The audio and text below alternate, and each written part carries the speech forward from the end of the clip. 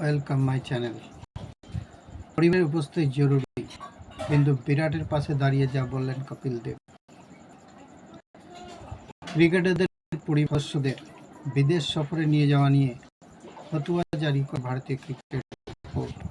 BCCI নির্দেশিকা নিয়ে এই মুহূর্তে সরগরম ক্রিকেট মহল। সম্প্রতি বোর্ডের ফতোয়াকে এক প্রকার তুলনা করে বিরাট কোহলি বলেছেন, কেউ একা বিমর্ষ হয়ে থাকতে চায় না। এই ইস্যুতে কোহলির পাশে দাঁড়িয়ে বোর্ডকে পুরোপুরি চটিয়েছেন কপিল দেব। গত রবিবার বেঙ্গালুরুতে আরসিবির উদ্দেশ্যে লেভ সামিটে বিরাট বলেন, আমার মনে হয় ওরা বুঝতে পারছে না পরিবারের উপস্থিতি আমাদের জন্য কতটা জরুরি। পুরো ব্যাপারটা আমি ভীষণ হতাশ। মনে হয় যারা এই বিষয়গুলোর সঙ্গে কোনো রকম যুক্ত নয় তাদের পরামর্শ শোনা হয়েছে। হয়তো তাদের মনে হয়েছে পরিবারের সদস্যদের জন্য এই খারাপ ফল।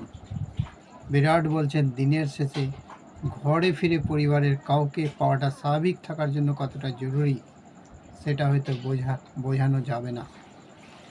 এই বিষয়ে মুখ খুলেছেন প্রাক্তন অধিনায়ক কপিল দেব।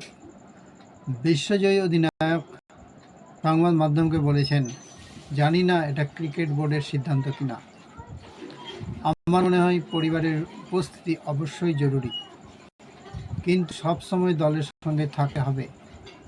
আমাদের সময়ে নিজেরাই বলাবলি করতাম প্রথমার্ধে ক্রিকেট হওয়া উচিত আর দ্বিতীয়ার্ধে পরিবারের সদস্যদের এসে ক্রিকেট দেখা উচিত। যদিও এসব আমরা বিসিসিআইকে কখনো বলি। অর্থাৎ বিরাটের মন্তব্য সমর্থন করলেও সম্পূর্ণ এক মত নন দেব। সূত্রের খবর, পরিবার নিয়ে বিরাটের এমন মন্তব্যের পর বিসিসিআই নাকি তাদের সুর নরম করতে পারে। শোনা যাচ্ছে বোর্ড তাদের সিদ্ধান্ত পুনর্বিবেচনা করার কথা ভাবা